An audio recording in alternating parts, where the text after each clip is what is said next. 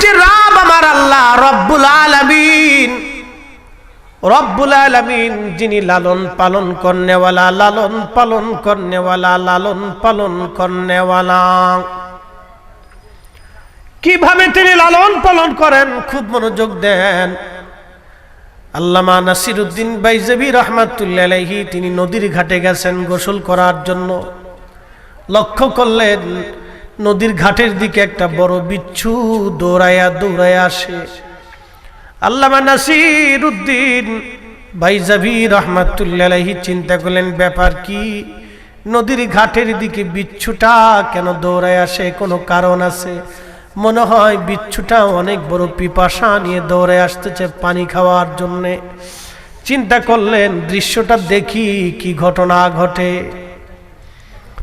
দৃশ্যটার জন্য তিনি দাঁড়িয়ে রইলেন। কিছুক্ষণ পরে উনি লক্ষ্য করলেন নদীর ভিতর থেকে একটা ব্যাঙ উঠে এসে নদীর কিনারায় পিঠ লাগাইয়া বসছে। ওই বিচ্ছুটা দৌড়াইয়া দৌড়াইয়া ব্যাঙের পিঠের উপরে যায় বসে গেল। ব্যাঙের পিঠের উপরে যখন বসলো, ব্যাঙ নদীর মধ্যে সাঁতার দিল। বিচ্ছুটাকে কাঁধে করে নিয়ে ব্যাঙ নদীর মধ্যে সাঁতার দিল। ব্যাঙ যখন নদীর মধ্যে সাঁতার দিল, নাসিরউদ্দিন বাইজাবি রহমাতুল্লাহ আলাইহি চিন্তা করলেন ঘটনা মনে হয় ঘটতে চলেছে। উনিও ব্যাঙের পিছন পিছন নদীর মধ্যে সাঁতার দিল। ব্যাঙ বিচ্ছুটাকে পিঠে করে নিয়ে সাঁতরায় সাঁতরায় নদীর ওই পারে গেল। নাসিরউদ্দিন বাইজাবি রাহিমাহুল্লাহ তিনিও নদীর ওই পারে গেলেন। দেখলেন ব্যাঙ বিচ্ছুটাকে নদীর ওই পারে নামাই দিল। বিচ্ছুটা আবার দৌড়াইতে লাগলো। ব্যাঙ আবার নদীর মধ্যে চলে গেল। নাসিরউদ্দিন বাইজাবি রহমাতুল্লাহ আলাইহি চিন্তা করলেন বিচ্ছু দিয়ে কোনো ঘটনা ঘটবে। উনিও ধীরে ধীরে বিচ্ছুটাকে অনুসরণ করতে লাগলেন। বিচ্ছুটা দ্রুত গতিতে দৌড়ায় দৌড়ায় দেখলেন একটা বিরাট বড় গাছ।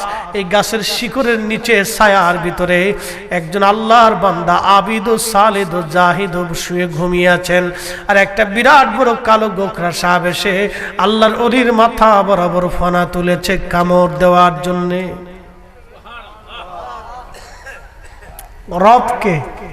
আল্লাহ। লালন পালন করে কে? আল্লাহ। খাবার দেয় কে? আল্লাহ। সুদ তো খুব খায়, বান্দা সুদ খাইতে খুব অভ্যস্ত, খুব বেশি খাইতে মন চায়। আহা কত খাইতে মন চায় জানি না। একজন মানুষের জীবনে খুব মনোযোগ দিয়েন তো, প্রত্যেক দিন কয় কেজির চাল ভাত খায় কত? একজন মানুষের জন্য কয় কেজি চালের ভাত লাগে প্রত্যেক দিন? 1 কেজি। 1 কেজির হিসাব ধরলাম, প্রত্যেক দিন যদি 1 কেজি হয় তো বছরে কত কেজি? 365 কেজি। গুণ ভাগ এখনই দিয়ে দিই, নগদ ওয়াজ নগদ, বাকি ঝুঁকি করে লাভ নাই।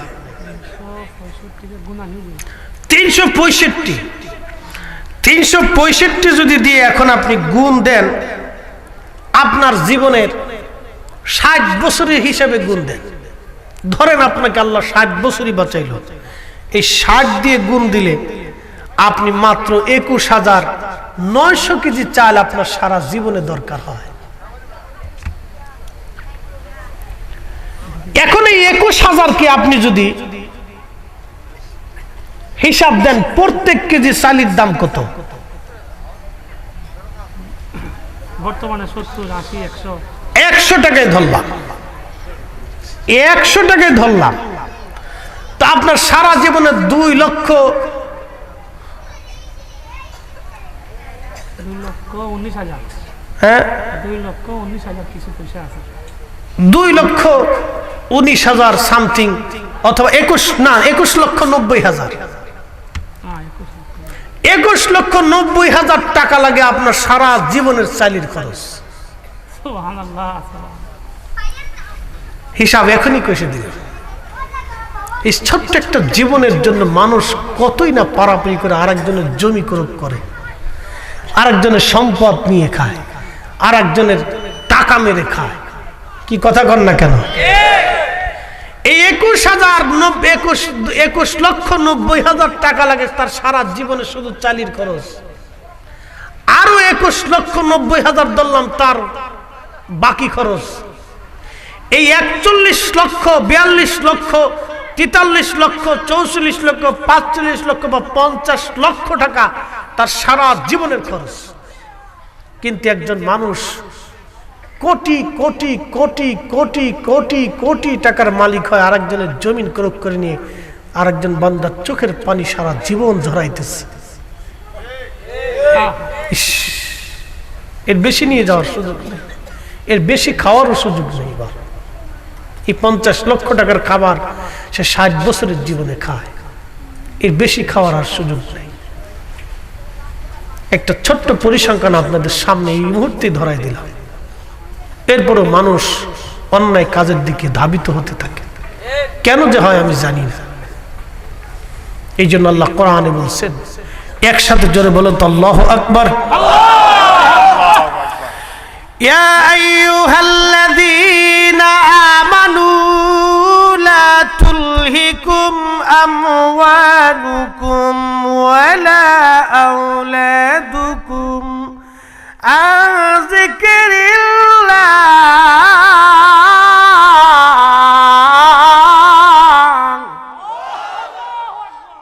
হে ঈমানদার, সম্পদের প্রেমে পড়ে, সন্তানের মোহে পড়ে আমি আমার জিকির থেকে তুমি গাফিল হইও না।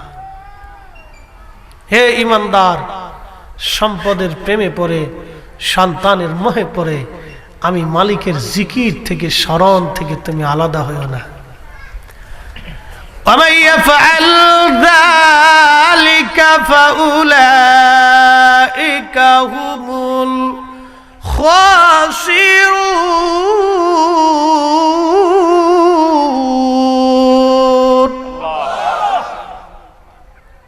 যদি তুমি তোমার সন্তান এবং সম্পদের মোহে আমি আল্লাহর জিকির থেকে জুদা হয়ে যাও, আলাদা হয়ে যাও, গাফিল হয়ে যাও, তো তুমি মহা ক্ষতিগ্রস্ত হয়ে যাবে, মহা ক্ষতিগ্রস্ত হবে, যে ক্ষতি আর কখনোই পোষাইতে পারবে না। যদি বুঝতাম, সামনে হিসাব কষে দিলাম আপনাকে। ছোট্ট জীবনের সামান্য অর্থ হলে আপনি অনেক ভালো চলে যেতে পারেন। আরেকজনের সম্পদ কেড়ে নেওয়ার অভিপ্রায় যাতে মগজে কখনোই না আসে, আরেকজনের টাকা মেরে খাওয়ার চেতনা যাতে হৃদয়ে কখনো না আসে, সুদের কারবারি করে কোটি কোটি টাকার মালিক হয়ে কবরে যাওয়ার চিন্তা কখনো যেন মগজে না আসে, ঘুষ খেয়ে আমার দেশের লক্ষ মানুষের চোখের পানি ফেলানোর চিন্তা যেন মগজে কখনোই না আসে।